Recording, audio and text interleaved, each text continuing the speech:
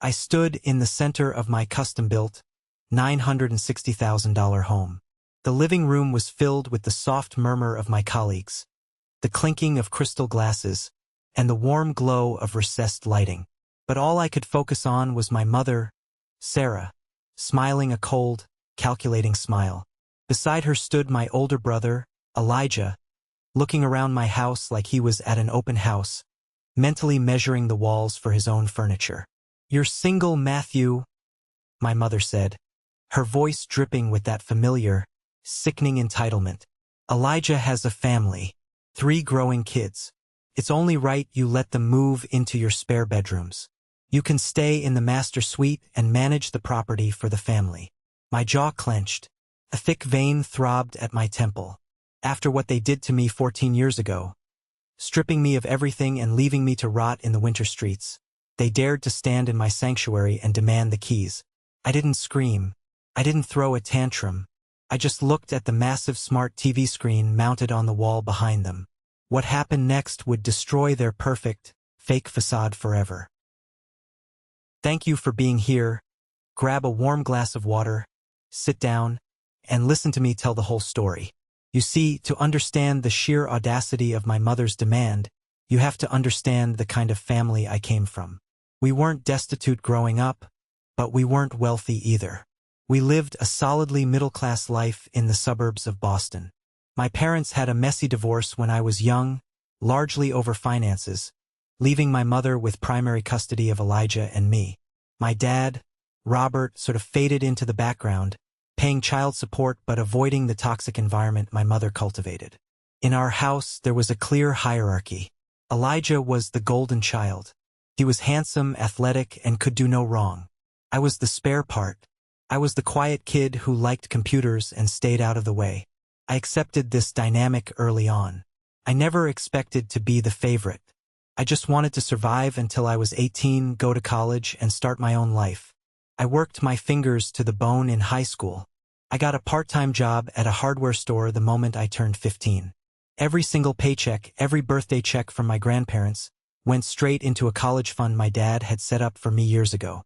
My mom was the custodian of the account, but the rule was simple. That money was for my education. By the time I was a senior in high school, I had $45,000 sitting in that account. It was my ticket out. It was my future. I didn't care that Elijah got a brand new car for his graduation while I got a pat on the back. I didn't care that my mom bragged about Elijah's mediocre college grades to anyone who would listen while ignoring my straight A's. I had my plan. I had my fund.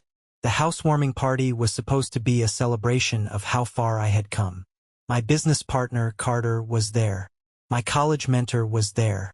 Even the CEO of the company that bought out my startup was mingling near the kitchen island. But the moment my mother and brother walked through that heavy mahogany front door, the air in the room changed. They didn't bring a gift. They didn't offer congratulations.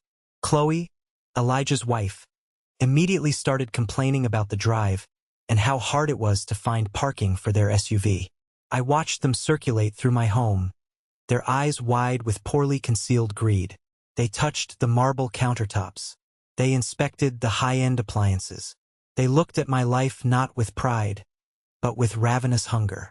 And when my mother finally cornered me in the living room, surrounded by my closest friends and colleagues, to deliver her ultimatum about Elijah moving in, a profound sense of calm washed over me. It was the calm of a man who held all the cards. But to play my hand, I had to let the memory of the darkest night of my life fuel my next move. Let me take you back 14 years. It was a Tuesday in early February, the kind of Boston winter night where the wind physically hurts your face and the snow turns into a hard, dirty crust of ice. I was 18 years old. I had just finished a brutal 6-hour shift at the hardware store after a full day of high school classes. My hands were cracked from the cold, and all I wanted was a hot shower and my bed. I unlocked the front door and walked into the kitchen. The smell of cheap takeout hung in the air. My mother and Elijah were sitting at the dining table, totally engrossed in a sea of printed spreadsheets and bank statements. They didn't even look up when I took off my boots. "What are you guys working on?" I asked, grabbing a glass of water from the fridge. My mother kept her eyes glued to the papers.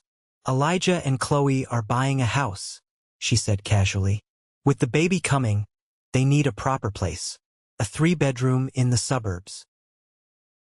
That's great, I said genuinely. I didn't love Elijah, but a baby was good news. The problem is the down payment, Elijah chimed in, leaning back in his chair and crossing his arms. The bank requires 20% to avoid the extra insurance. We're short. I nodded, not really seeing how this involved me. Well, I hope you figure it out. I turned to head to my room.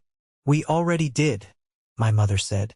Her voice was flat, totally devoid of emotion. We're using your college fund.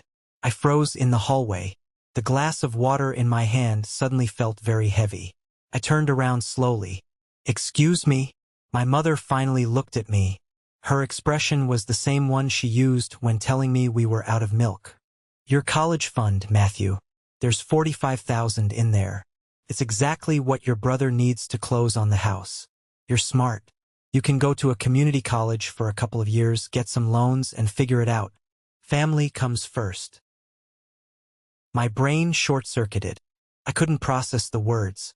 That's my money, I stammered, my voice cracking. Dad set that up. I worked for 3 years putting my own paychecks into that account. It's for my tuition. Elijah let out a loud, obnoxious sigh. Don't be so dramatic, Matt. You're single. You don't have responsibilities. I'm starting a family. What do you want, your niece to grow up in a cramped apartment just so you can go to some fancy 4-year university right away? Yes, I shouted, the shock instantly turning into burning rage. Yes, I do. Because I earned it. You didn't save a dime, Elijah. You spent your salary on designer clothes and vacations. You can't just steal my future because you lack basic planning skills. My mother stood up, her chair scraping violently against the linoleum floor. Her face twisted into a mask of pure fury. Do not speak to your brother that way in my house. I am the custodian of that account, and I make the financial decisions for this family. The money is already being transferred. It's done. Felt like the floor had dropped out from under me. Felt like I was attending my own funeral. My future, the one I had meticulously planned and sacrificed for, was gone in a single signature. You're a thief, I whispered, staring directly into my mother's eyes. You're stealing my life. She crossed her arms, her jaw set in stone. If you are going to be this selfish and ungrateful, if you refuse to help this family when we need it most, then you don't belong under this roof.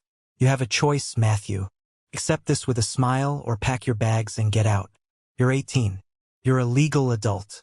Figure it out on your own. She was bluffing. She had to be bluffing.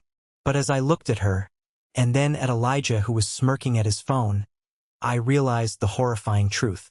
They didn't care about me. To them, I was just a walking ATM. An obstacle. I didn't say another word.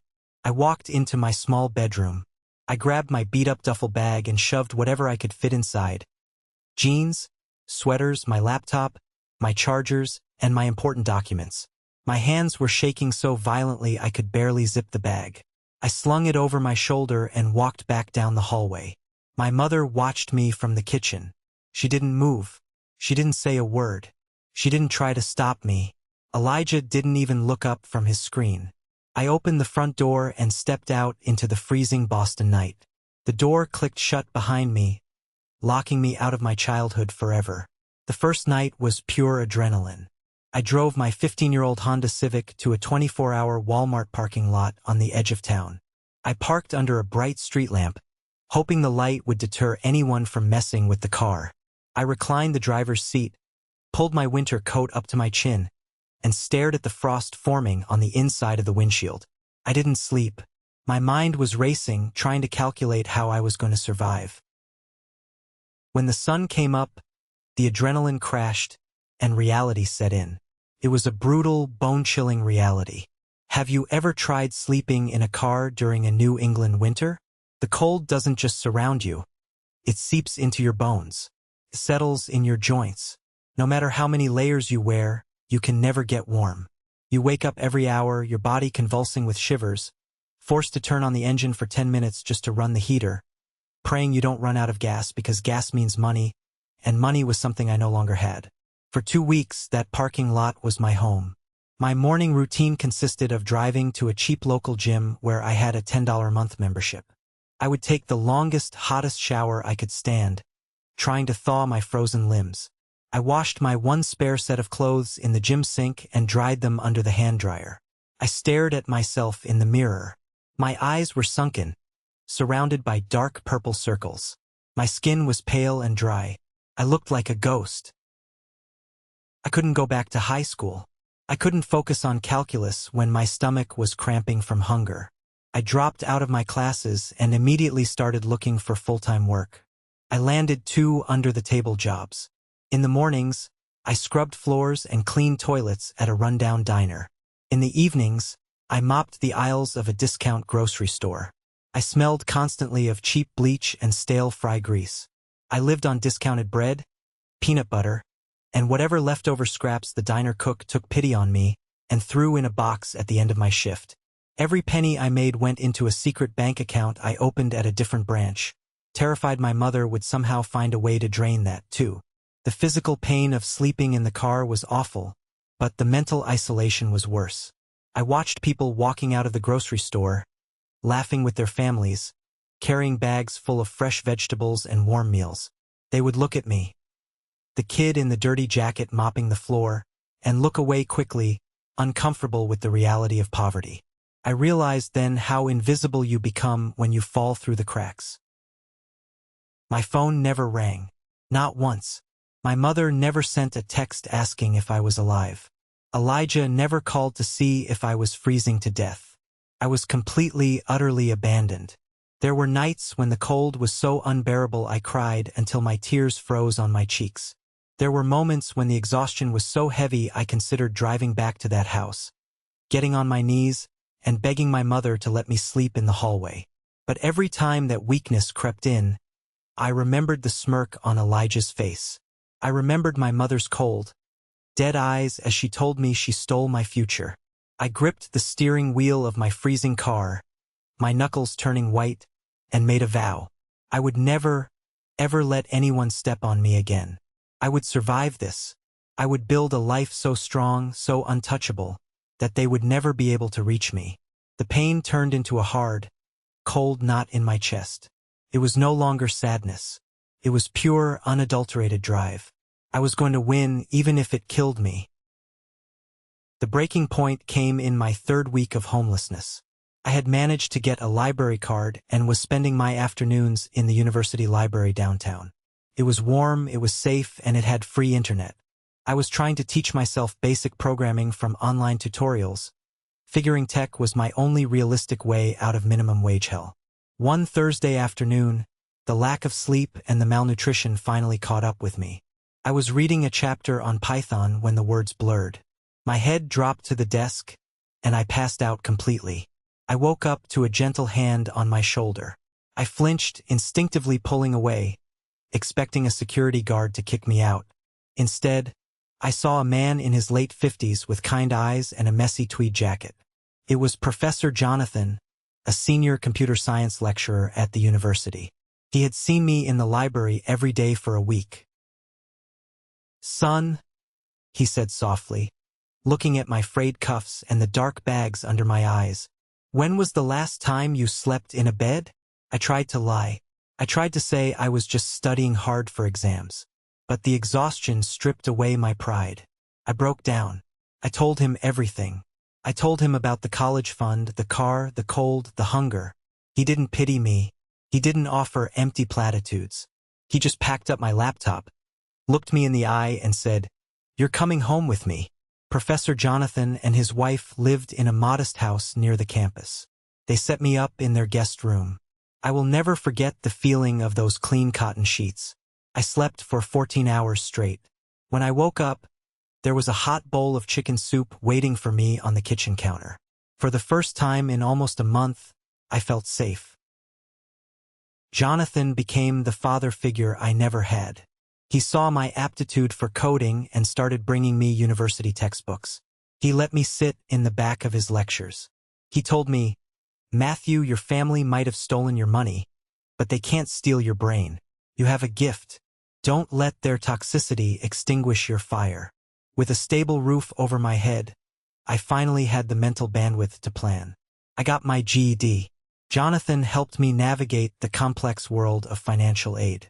Since I was independent and estranged from my parents, he believed I could qualify for heavy government grants and student loans to officially enroll in the university. We spent an entire weekend filling out the FAFSA and applying for private student loans to cover housing and tuition. I felt a spark of hope. I was finally taking control of my life. I was going to get my degree. A week later, the letters arrived. I opened the envelope from the private student loan servicer, expecting a contract to sign. Instead, it was a denial letter. Bold red letters stamped across the page. Application denied. Reason: severe delinquent debt and ruined credit history. I stared at the paper, my heart hammering against my ribs. Ruined credit? I was 18. I had never owned a credit card. I had never taken out a loan in my life. I didn't even have a cell phone contract in my name. My hands began to shake as a sickening realization washed over me. I immediately went online and paid a fee to pull my official credit report. The page loaded. I scrolled down, and my breath caught in my throat. It wasn't just the college fund. What I saw on that screen was a level of betrayal so profound, it made the theft of my savings look like a minor misunderstanding. The nightmare wasn't over. It was just beginning. I sat frozen in Professor Jonathan's guest room, the blue light of the laptop screen illuminating the horror on my face. According to the credit bureau, I had 4 active credit cards and a massive personal loan attached to my Social Security number. The total outstanding balance? $45,000. All of the accounts were severely past due, racking up insane late fees and penalty interest rates. I clicked on the transaction histories. The purchases were recent, starting exactly around the time I was kicked out of the house. Thousands of dollars spent at high-end furniture stores. Massive charges at a luxury appliance center. A huge down payment to a landscaping company. It didn't take a genius to connect the dots. My mother hadn't just drained my college fund for Elijah's down payment. She had stolen my identity to furnish his brand new house. A wave of nausea hit me so hard I had to run to the bathroom and dry heave.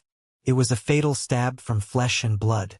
They knew I was out there, sleeping in a freezing car, struggling to buy a loaf of bread, and they were actively destroying whatever future I had left so Elijah could have a leather sectional and a stainless steel refrigerator.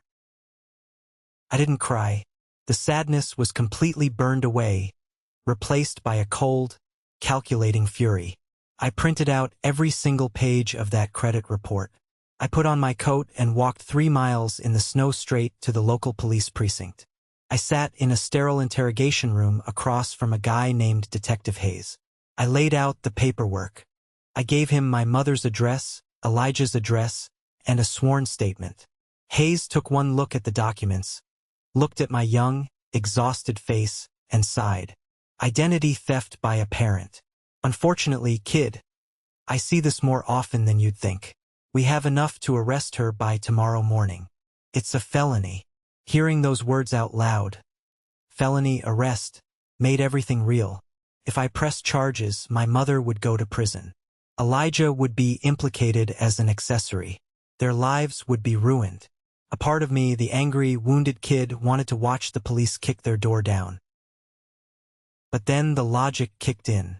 If she went to jail, the debt would be tied up in litigation for years. My credit would remain destroyed while the courts figured it out. I wouldn't be able to get student loans, rent an apartment, or even get a decent job with a background check. I looked at Detective Hayes.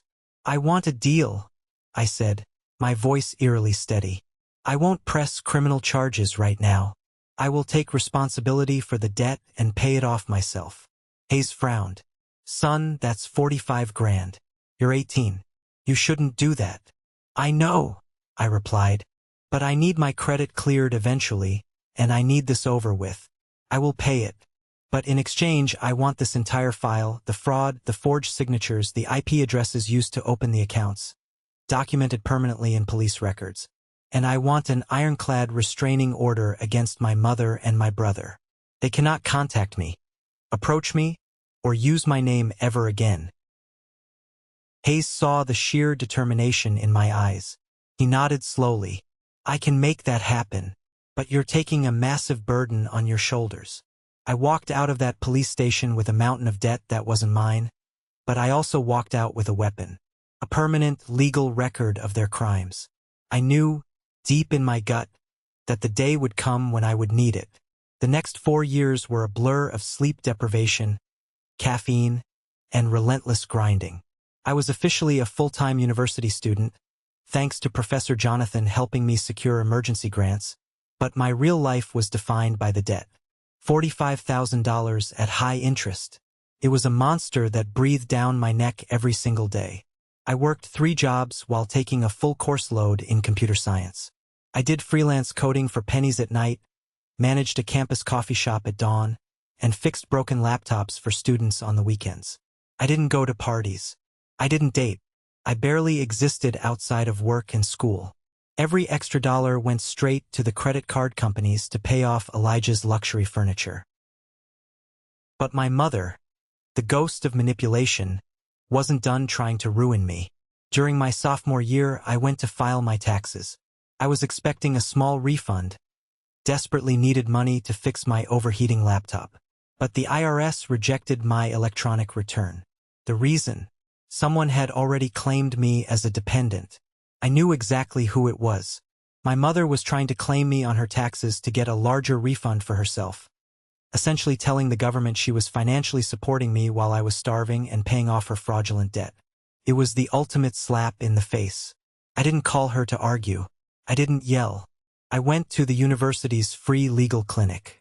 A sharp-eyed law student helped me draft a brutal, terrifying cease and desist letter.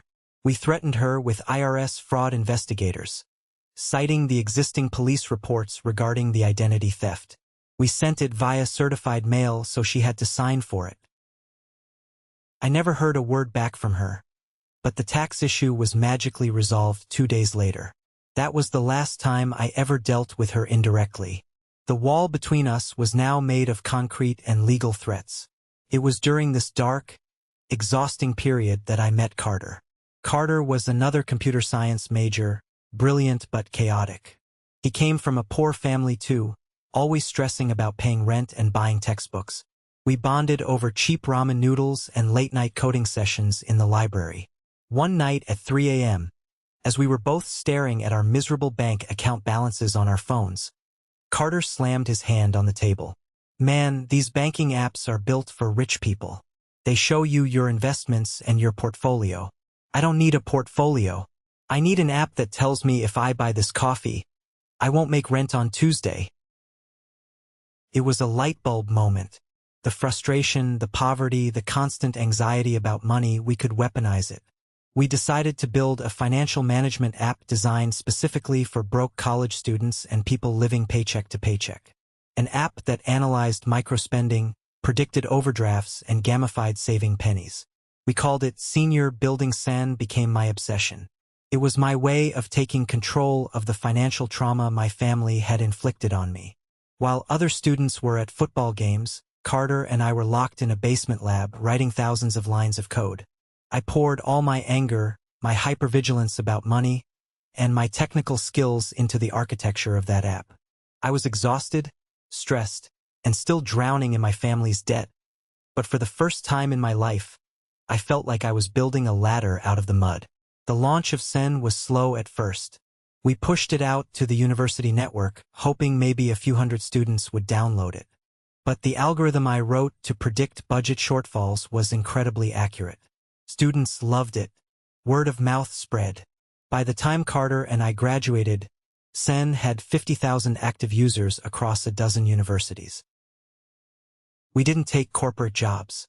We rented a tiny, roach-infested apartment in the city, slept on mattresses on the floor, and worked on Sen 20 hours a day. We sought venture capital, faced dozens of rejections, and finally landed a seed round that let us hire a small team. The next 5 years were a rocket ship. The economy was tough, inflation was rising, and suddenly, Everyone needed an app to help them stretch their salary. SAN exploded. We went from 50,000 users to 5 million. We were featured in major tech magazines. We moved out of the Roach apartment and into a sleek downtown office. And then, the day my life changed forever arrived. We were called into a meeting with Mr. Anderson, the CEO of one of the largest fintech corporations in the world. He was a ruthless, brilliant businessman. He didn't waste time with small talk. He looked at Carter and me across a massive glass conference table and said, "Your user acquisition cost is the lowest I've ever seen. Your predictive algorithm is flawless. I want to buy SAN, and I want to integrate your team into our infrastructure." He slid a piece of paper across the table. When I saw the number, my lungs stopped working. It was an acquisition offer for mid-8 figures. Millions of dollars. We signed the paperwork 2 weeks later. The day the wire transfer hit my bank account, I sat in my office and stared at the screen for an hour. 7 figures. I was a multimillionaire at 29. The first thing I did wasn't buy a sports car or a Rolex. I logged into the loan servicer portal and paid off the last remaining balance of that $45,000 debt my mother had burdened me with. I watched the balance drop to zero. A physical weight lifted off my chest. A weight I had carried since I was 18. I was finally truly free. With my newfound wealth, I decided it was time to establish my roots. I wanted a fortress, a place that belonged entirely to me, where no one could ever kick me out. I spent months looking before I bought the house. $960,000 in cash. It was a sprawling, modern craftsman home in a high-end gated community, with 4 bedrooms, a massive kitchen, and a wraparound porch. It was perfect. As I walked through the empty rooms, smelling the fresh paint and the polished mahogany floors, a strange thought crept into my mind. I had won. I had survived the winter in the car, the starvation, the crushing debt, and the betrayal. I had built an empire from the mud they pushed me into. But the victory felt incomplete. They didn't know. My mother and Elijah were likely still living in their bubble of delusion, thinking I was a failure who had amounted to nothing. I realized then that moving on wasn't enough. I needed them to see exactly who they threw away. I needed them to look at my success and choke on their own regret. It was time to invite them into my web. Planning the housewarming party became my ultimate project. I hired the best caterers, invited my closest friends, my tech industry colleagues, Carter and Professor Jonathan. But the most important names on the guest list were Sarah and Elijah. Before I sent the invitations, I needed intel. I hadn't spoken to them in over a decade. I needed to know exactly what kind of situation I was walking into. So, I reached out to the one person who might know, my dad, Robert. We met at a quiet diner outside the city. He looked older, tired, carrying the guilt of a man who knew he abandoned his son when it mattered most. We ordered coffee, and after an hour of awkward apologies and catching up on my success, I asked the question that mattered. "How are Mom and Elijah doing?" My dad let out a long, heavy sigh and stirred his coffee. "Not well, Matthew. Not well at all. But they're hiding it." "Hiding what?" I leaned in. "Elijah is broke," Dad said, lowering his voice. "He lost his corporate job 3 years ago. His salary is gone. Instead of finding real work, he started throwing money at terrible crypto investments and day trading, trying to get rich quick. He wiped out his savings. He's up to his eyeballs in second mortgages on that house they bought. Your mother has been secretly taking out personal loans to help him stay afloat, trying to keep up appearances." I absorbed this information. The golden child had crashed and burned. "Does Chloe know?" I asked. Dad shook his head. "No. Elijah is terrified of her. Chloe comes from a family that cares about status. She thinks Elijah is just consulting and doing well. She thinks the money your mother gave them for the house years ago was a legitimate inheritance from a wealthy uncle. If Chloe knew the truth, that they were bankrupt and surviving on credit, she would file for divorce tomorrow and take the kids." A cold, dark satisfaction bloomed in my chest. They were living a lie, a fragile, desperate lie. "I'm inviting them to my housewarming," I told my dad. "I want you there too." He looked at me, realizing there was a calculated edge to my voice. He nodded. "I'll be there." I went home and meticulously prepared my living room. I hired an AV tech to install a state-of-the-art smart projector that dropped down from the ceiling at the press of a button. I synced it to a secure folder on my phone. Inside that folder were high-resolution scans of the police report from 14 years ago, the forged credit card applications, the restraining order, and the paper trail showing the exact transfer of the stolen funds to Elijah's joint checking account. I printed the invitations on heavy, expensive cardstock and mailed them out. I knew my mother wouldn't be able to resist. The sheer curiosity of seeing where the son she threw away was living would eat her alive. And I knew Elijah and Chloe would come because they couldn't stand the idea of missing out on a free party with wealthy people. The trap was perfectly set. All I had to do was wait for the flies to fly in. And that brings us back to the present. The night of the party. The house was full of life. Jazz music played softly over the built-in speakers. Waiters in crisp white shirts circulated with trays of champagne and appetizers. I was standing near the kitchen island, talking with Mr. Anderson and Carter, when the front door opened. My mother, Elijah, and Chloe walked in. The contrast between them and my guests was jarring. My guests were relaxed, secure in their success. My family walked in with a nervous, aggressive energy. Elijah looked bloated, his expensive suit fitting a little too tight, beads of sweat on his forehead despite the air conditioning. Chloe looked around the grand entryway with eyes that immediately calculated the square footage and the price tag. My mother just looked shocked. She stared at the crystal chandelier, then at me, unable to compute how the boy she abandoned in the snow was standing in a mansion. I walked over, projecting the image of a gracious host. "Welcome," I said smoothly. "Glad you could make it. Matthew," my mother managed to say, her voice tight, "this is quite the place. Are you renting?" "I own it," I said, taking a sip of my sparkling water. "Cash." Elijah let out a forced, hollow laugh. "Wow, tech money must be nice. Must be easy sitting at a computer all day while the rest of us work in the real world." I smiled, a shark smile. "It has its rewards, Elijah." Over the next hour, I watched them unravel. Chloe drank 3 glasses of wine rapidly, loudly complaining to anyone who would listen about her cramped suburban home and how hard it was to raise 3 kids on a consultant's salary. She glared at my spacious, empty living room with pure envy. My mother, meanwhile, was doing what she always did, manipulating the narrative.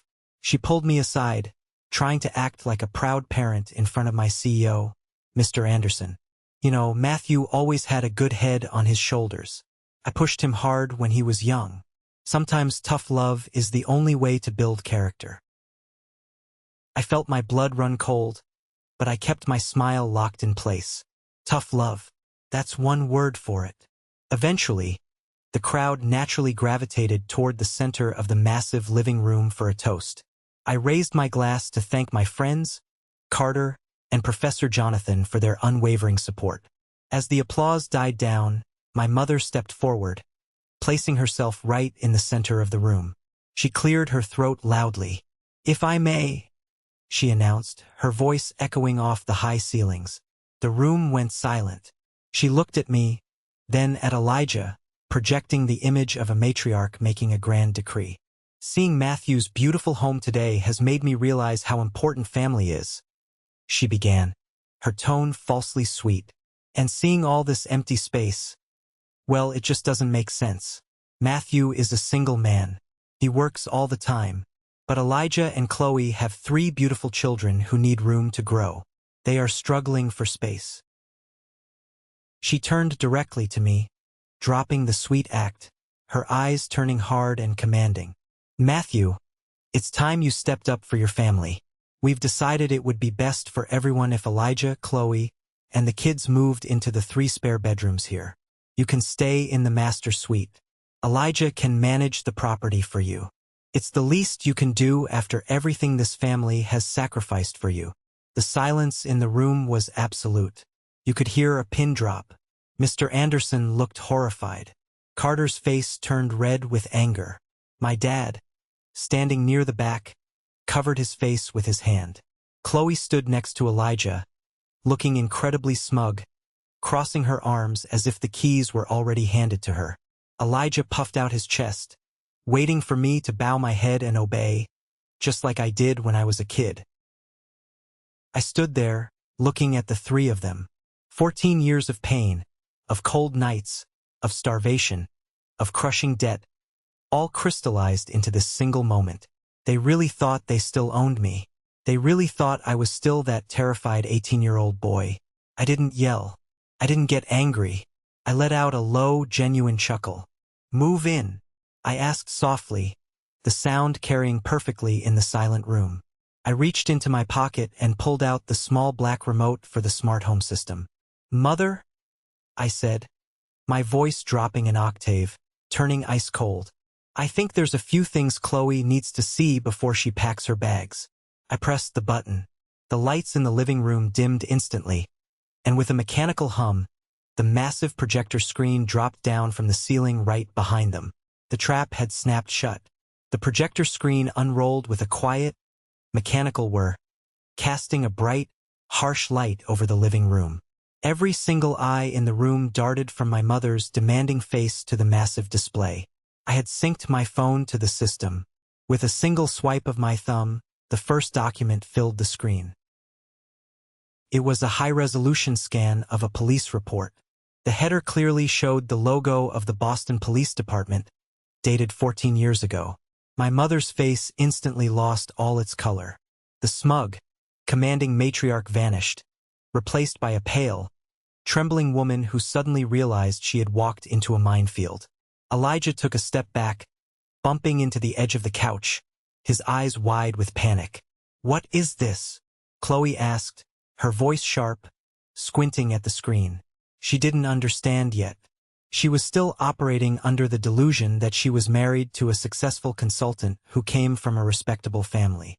"This," I said, my voice echoing in the silent room, "is a felony police report, filed by me 14 years ago, right after I was kicked out of my childhood home in the middle of a Boston winter." I swiped my thumb again. The screen shifted to a series of credit card applications and a personal loan contract. I used the laser pointer function on my phone to highlight the signature line. "Take a close look at that signature, Chloe," I instructed. "Notice how my middle initial is spelled wrong? That's because I didn't sign it. My mother did. She used my social security number to take out $45,000 in fraudulent debt." Gasps rippled through my guests. Carter clenched his fists, taking a step toward Elijah. Mr. Anderson, my CEO, set his champagne glass down on the counter with a loud clink, his expression turning to stone. "You're lying!" my mother shrieked, finding her voice. Her pitch was hysterical, completely dropping her refined act. "This is a fabrication. You forged this to humiliate us." "I don't need to forge anything, Sarah," I replied coldly, using her first name. Felt empowering. Because the next slide shows exactly where that $45,000 went. I swiped again. Bank statements appeared. They showed the fraudulent loan being deposited into an account, and then an immediate wire transfer for the exact same amount. The destination account was highlighted in bright yellow. It was a joint checking account, under the names Elijah and Chloe. Chloe gasped loudly, her hand flying to cover her mouth. She stared at the screen, then turned slowly to look at her husband. Elijah was sweating profusely now. He looked like a cornered rat, his eyes darting toward the front door.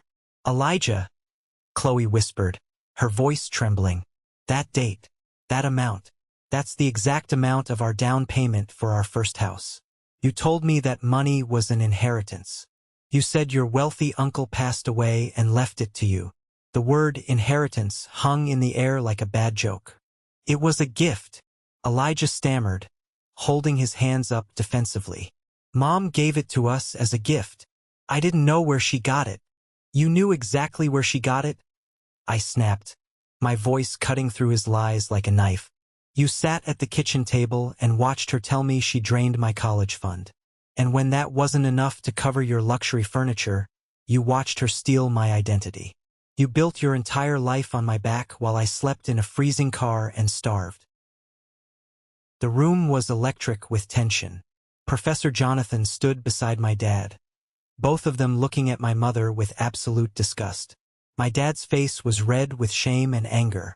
He had known parts of this, but seeing the actual police reports, the forged signatures, the sheer magnitude of the theft, broke something inside him. Chloe was hyperventilating now.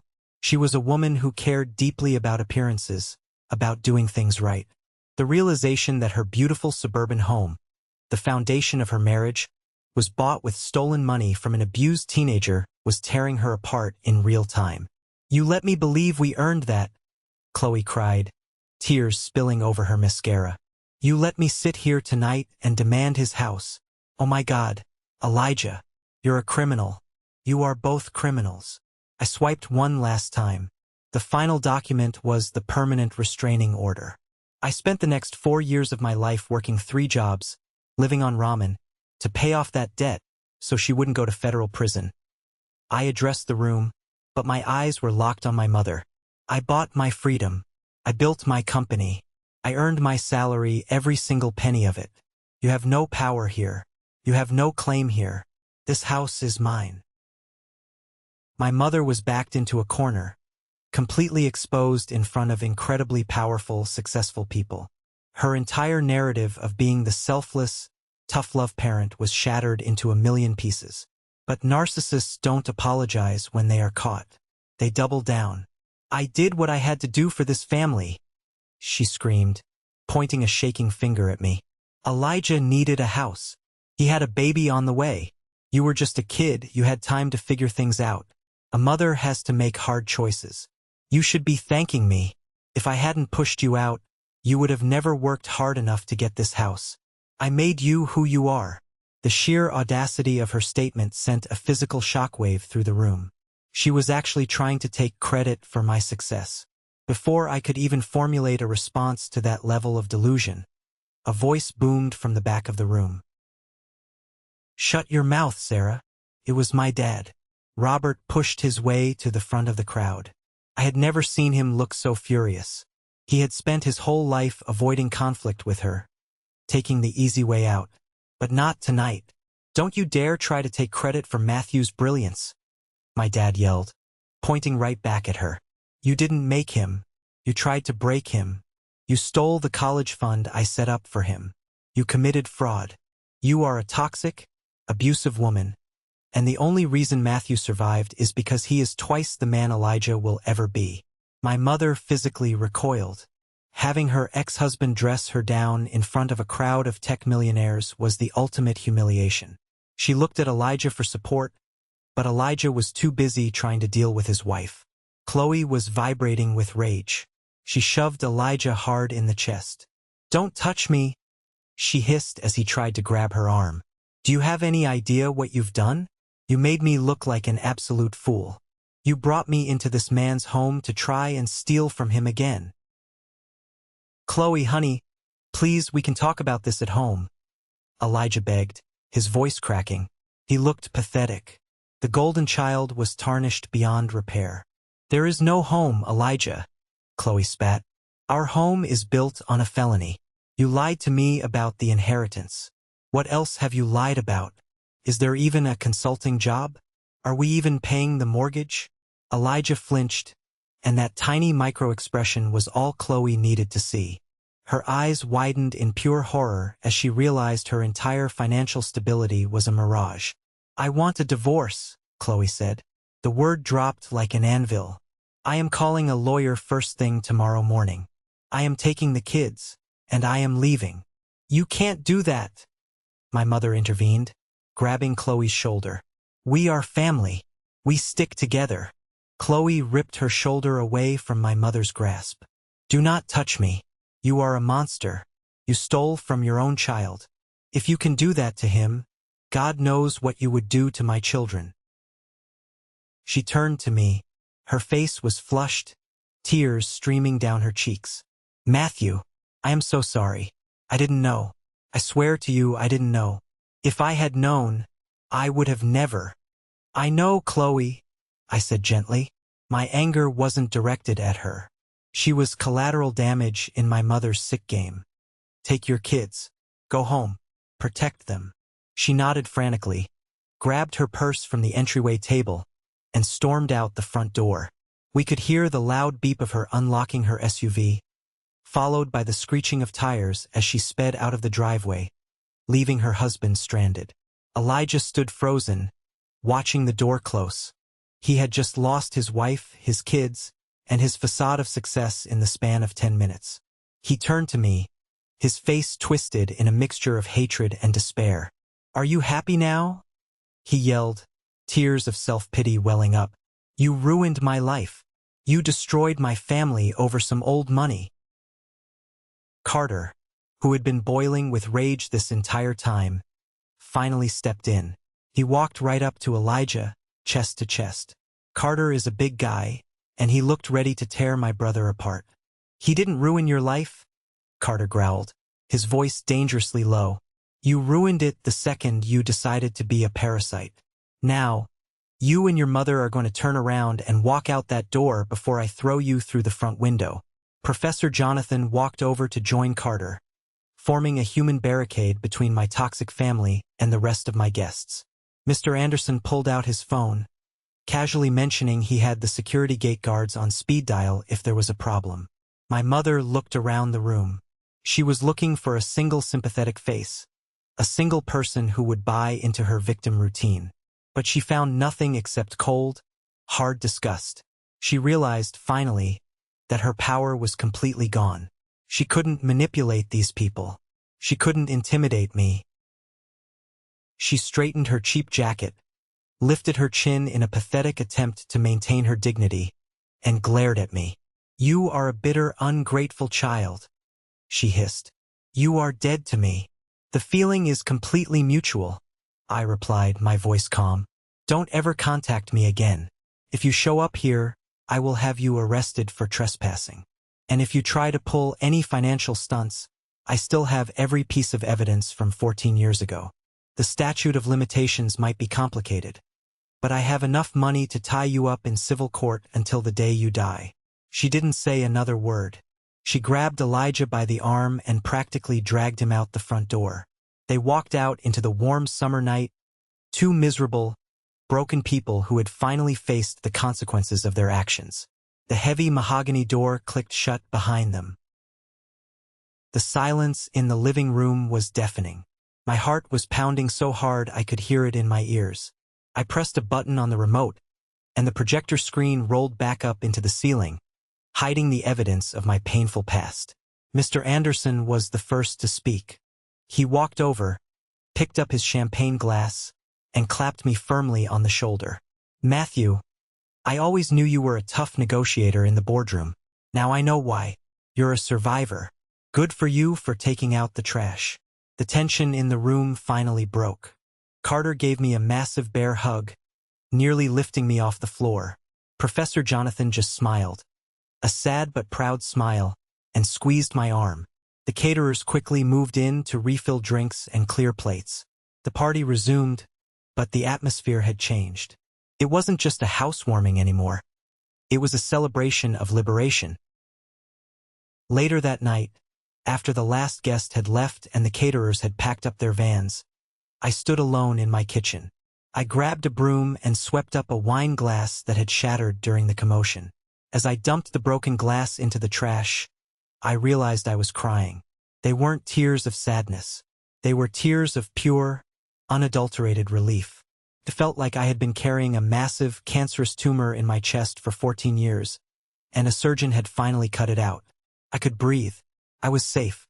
The adrenaline crash the next morning was intense.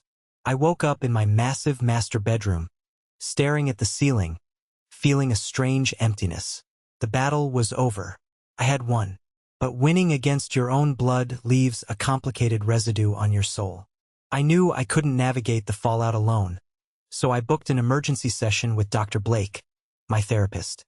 I had been seeing her since my startup gained traction, trying to unpack the hypervigilance and trust issues my childhood had caused. Sitting in her comfortable office, I recounted the events of the housewarming party. I told her about the projector, Chloe's reaction, my dad standing up, and the look on my mother's face. Dr. Blake listened quietly, taking notes. When I finished, she asked a simple question. "How do you feel, Matthew?" "I feel free," I admitted. "But I also feel a lingering guilt. Not for my mother, not for Elijah, but for the kids. My niece and nephews. I just blew up their parents' marriage. I exposed their father as a fraud. What kind of uncle does that?" Dr. Blake leaned forward. "You didn't blow up their marriage, Matthew. Elijah's lies blew up his marriage. Your mother's crimes blew up the family dynamic. You simply turned on the light in a dark room. The roaches scattered, but you didn't create the roaches." She was right. Logic dictated she was right. But emotions are rarely logical.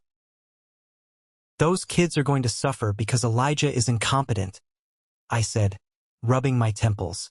"Chloe is going to be fighting a messy custody battle. The divorce lawyers are going to drain whatever little money they have left.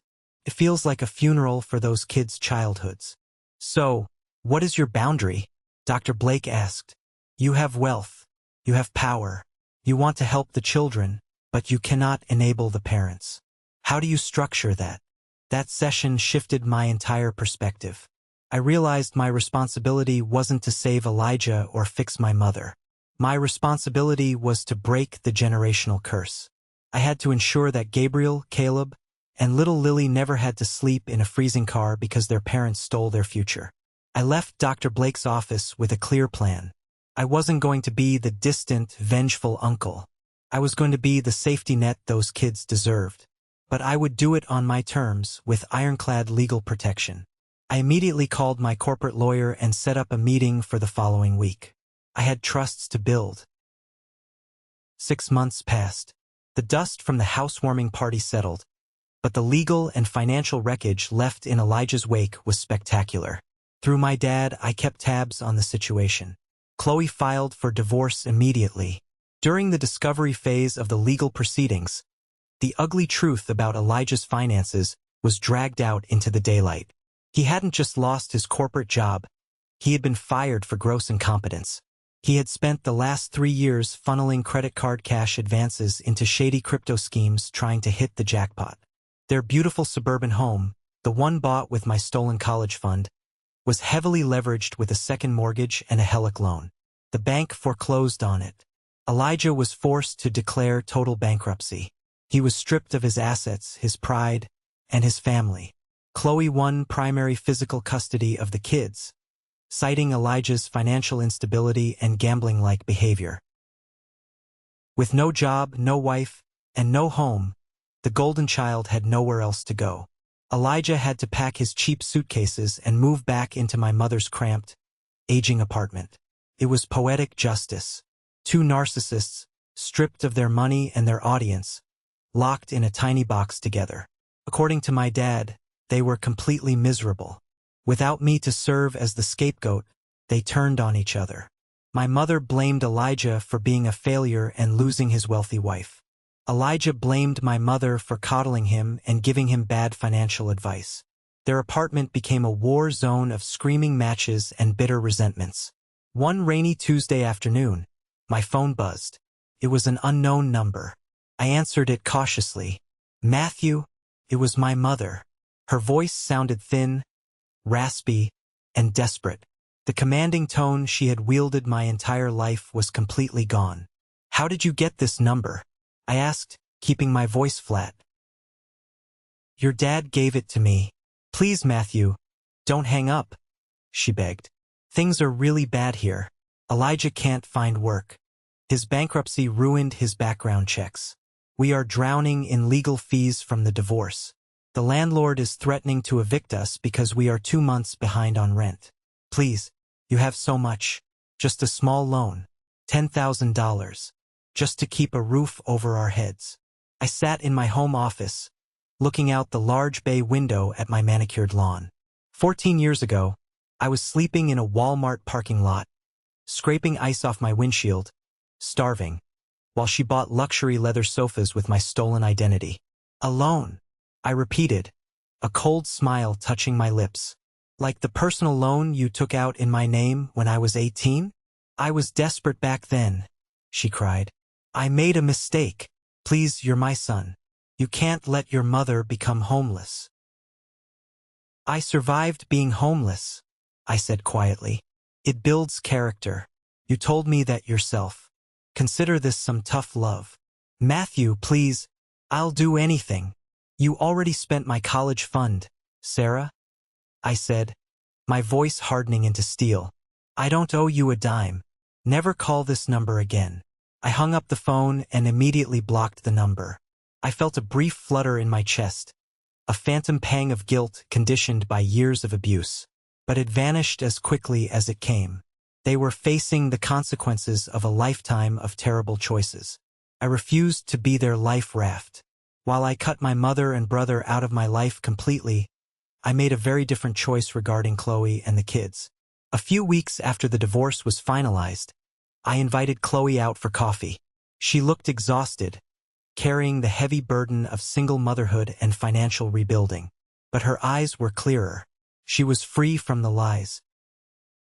I handed her a thick manila envelope. Inside were documents drafted by my corporate lawyer. What is this? She asked, looking at the complex legal jargon. These are irrevocable educational trust funds, I explained. One for Gabriel, one for Caleb, and one for Lily. I fully funded them. There is enough money in each account to pay for 4 years of tuition, room, and board at any university in the country. If they choose trade school, it covers that too. Chloe stared at the papers, her hands trembling. Tears welled up in her eyes. Matthew, I can't accept this. Not after what Elijah did to you. Not after I blindly benefited from it. You didn't know, I reassured her softly. And the kids are innocent. I know what it feels like to have your future stolen. I know what it feels like to panic about paying for textbooks. I will not let my nieces and nephews experience that. But there are strict conditions. I pointed to a specific clause highlighted in the document. The money is locked. It can only be disbursed directly to an accredited educational institution. Neither you, nor Elijah, nor my mother can ever access the principal or the interest. It is bulletproof. The cycle of financial abuse stops with my generation. Chloe broke down sobbing right there in the coffee shop. She reached across the table and grabbed my hand, squeezing it tightly. It was the start of a healing process for both of us. Over the next few years, I built a genuine, healthy relationship with my niece and nephews. I became the fun, supportive uncle. Because Chloe had primary custody, I didn't have to worry about running into Elijah. I attended their school plays. I took them to baseball games. My oldest nephew, Gabriel, reminded me so much of myself. He was quiet, analytical, and fascinated by how things worked. When he turned 13, he asked me how I built Sin.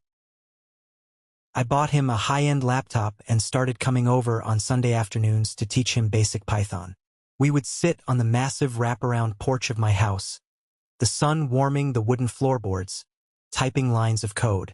One afternoon, he was struggling to debug a simple script. He got frustrated and slammed the laptop shut. "I'm too stupid for this," he muttered, echoing the toxic self-doubt my mother used to instill in me. I gently put my hand on his shoulder. "Hey, look at me." He looked up, his eyes frustrated. "You are incredibly smart, Gabe," I told him, making sure my voice held absolute conviction. "Coding is hard. It's supposed to be hard. But you don't quit when things get complicated. You fix the error and you run it again. You have a gift. Don't let anyone, not even yourself, tell you otherwise." Gabriel took a deep breath, opened the laptop, and found the missing semicolon. When the program finally ran perfectly, his face lit up with a smile that was worth more than every dollar in my bank account. In that moment, I knew I had officially won. I hadn't just survived my family. I had changed the trajectory of the next generation. It's a warm Saturday evening in July. I am standing on the deck of my home, flipping burgers on a massive stainless steel grill. The smell of hickory smoke and grilled corn fills the air. My dad, Robert, is sitting at the patio table, laughing loudly at a joke Carter just told. Carter, now the chief technology officer of a massive tech firm, is holding a beer and explaining the intricacies of server architecture to Gabriel, who is listening with wide, fascinated eyes. Professor Jonathan and his wife are relaxing in the lounge chairs, enjoying the sunset. I look around at this group of people. There isn't a drop of toxic blood among them. My dad is here, yes. We did a lot of work to repair our relationship. He apologized for his cowardice. And while I can't change the past, I chose to forgive him. He proved he could change. He showed up when it mattered.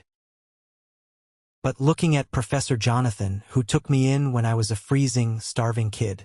Looking at Carter, who built an empire with me in a roach-infested apartment. Looking at my nephew, whose future is secure because I chose to break the cycle. This is my family.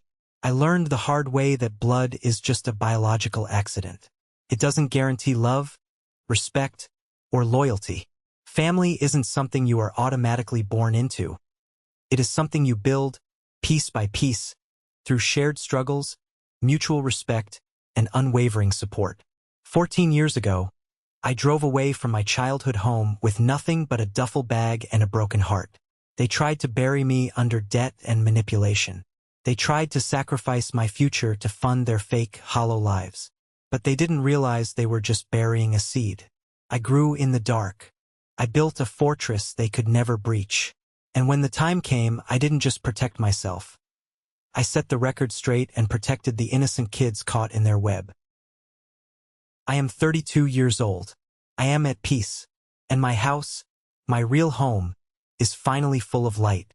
Thank you for sticking around and listening to my story. I know it was a long journey, full of dark moments, but I hope this resonated with you in some way. We all have people in our lives who try to take more than they give, and standing up to them is never easy. Have you ever found yourself in a similar situation? Have you ever had to draw a hard line with a toxic family member to protect your own peace? I really want to read your stories, so please drop them in the comments below. And before you go, I have a special request. If you made it all the way to the end of this video, you are part of a very special group. I want you to comment the letter W down below. W stands for winner. It's a secret code for the 1% Club. The incredible group of people who stick around, listen to the full truth, and understand what it takes to survive and win in life. If you enjoyed this story and want to hear more about navigating life, building success from scratch, and protecting your peace, please hit that like button and follow the channel. We are building a community of winners here, and I want you to be a part of it. Stay strong, protect your boundaries, and I will see you in the next story.